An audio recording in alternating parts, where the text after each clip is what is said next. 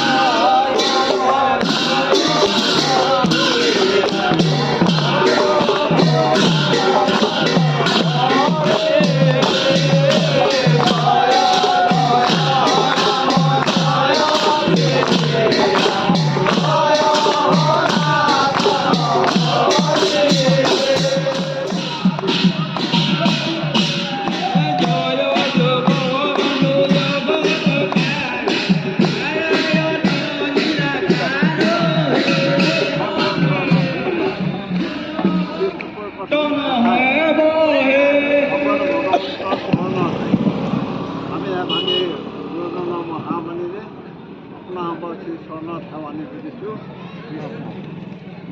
Krishna